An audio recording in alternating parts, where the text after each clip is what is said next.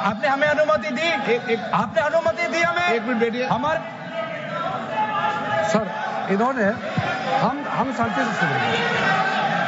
अरे सुनो, ये अपना भाषण देने से पहले इन्होंने मिसलीड किया बोला। आप एक मिनट, ये कोई तरीका सर? एक मिनट बैठिए। माननीय मंत्री जी, नहीं, एक मिनट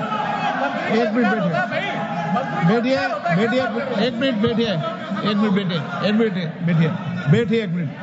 ठीक है, बैठिए। एक मिनट बैठिए। मैंने माननीय मंत्री जी को आपके भाषण के टोकने के लिए अलाउ नहीं किया है। वह आपने तो भाषण शुरू नहीं किया था। नहीं शुरू करने वाले थे। वह दूसरे विषय पर अपनी बात करना चाहते।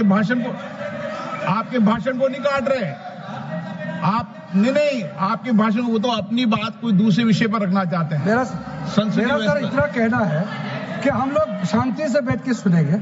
चर्चा का पूरा टाइम तय हो चुके हैं। हम लोग नोट करेंगे, सबका बात सुनेंगे। मेरा सिर्फ इतना ही अनुरोध है कि जैसे कि माननीय सदस्य कहेंगे कि मैंने मिसलीड किया, तो कौन सा पॉइंट मिसलीड किया वो बता दे।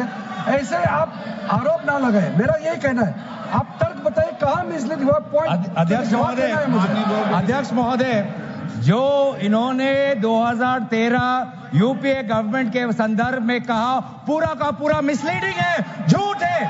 और हम डिमांड करते हैं कि वो ऑथेंटिकेट करें। इसीलिए बार बार इन्होंने आरोप लगाए, बार बार इन्होंने भ्रम फैलाया। आप इसीलिए हम भी अपनी बात रखेंगे। कृपया आप भी सुनने का धैर्य रखिए। अध्यक्ष महोदय, मेरा भी सौभाग्य है कि पिछले सदन में मैं अयोध्या राम मंदिर पर अपने पार्टी का मैंने अपना व्यू, अपने पक्ष रखा, और आज वक्फ संशोधन 2025 पर अपनी दल का और विपक्ष की तरफ से अपना पक्ष रखा। और अयोध्या राम मंदिर में भी और आज के वक्फ के संशोधन में भी मेरा एक ही मार्गदर्शक है, वो है भारत का संविधान।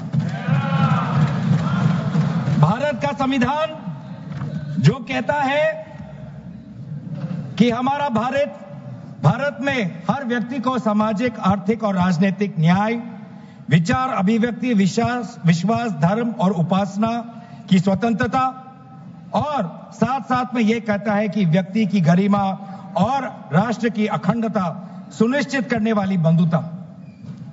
ये बिल आज इस संविधान के इस जो मूल जो ढांचा है उस पर आक्रमण है। और इनकी जो पूरा जो भाषण था वो हमारे संविधान के इस मौलिक अधिकार पर, हमारे संघीय ढांचे पर एक आक्रमण था। आज इस सरकार का इस बिल के द्वारा 4 इनके मूल उद्देश्य हैं। पहला मूल उद्देश्य है कि संविधान को कमजोर करना, टू डाइल्यूट द कॉन्स्टिट्यूशन। इनका दूसरा उद्देश्य है भ्रम फैलाना, to defame the minority communities of India. इनका तीसरा उद्देश्य है to divide the Indian society. हमेशा हमारे बीच में एक लिटिगेशन चलता रहे, मसला और बढ़ता जाए, ये उनका उद्देश्य है। और चौथा इनका उद्देश्य डाइल्यूट, डिफेम, डिवाइड, और चौथा इनका उद्देश्य है to disenfranchise the minority communities. आज माइनॉरिटी कम्युनिटीज के प्रति अपनी संवेदना जता रहे हैं। सर, कुछ हफ्ते पहले देश में विभिन्न जगहों में लोगों ने ईद की शुभकामनाएं एक दूसरे को दी। और क्या आपको पता है कहां इनकी डबल इंजन की सरकार ने लोगों को रास्ते पे ईद का नमाज भी पढ़ने नहीं दिया। और ये बात करेंगे आप अल्पसंख्यकों के प्रति अपनी संवेदना जताते हैं। मैं पूछना चाहता हूं कि आपके लोकसभा में कितने एमपीज अल्पसंख्यक हैं? पहले उसका विवरण दीजिए। और फिर हमें बताइए कि आपके दिल में कितना संवेदना है। सर मेरा तो कभी मैंने जिस दिन भी ये बिल इंट्रोड्यूस हुआ उस दिन भी आदरणीय मंत्री को मैंने सुना और आज भी मैंने उनको सुना। जिस दिन उन्होंने इंट्रोड्यूस किया उस दिन भी अगर आप उनका स्टेटमेंट पढ़े तो उन्होंने कहा कि इसको बिल लाने से पहले बहुत विस्तार रूप से इस बिल पर चर्चा, इस बिल की लाने के लिए चर्चा हुई थी। सर पूरा का पूरा मिसलीडिंग 2023 में सर सरकार 24 में आई, ये खुद 24 के बीच में इन्होंने अपना बिल लाया।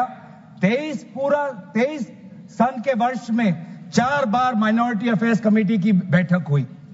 मुंबई में हुई 13 जुलाई, दिल्ली में हुई 21 जुलाई को, लखनऊ में हुआ 24 जुलाई को, दिल्ली में 2 बार हुआ 20 सितंबर और 7 नवंबर को।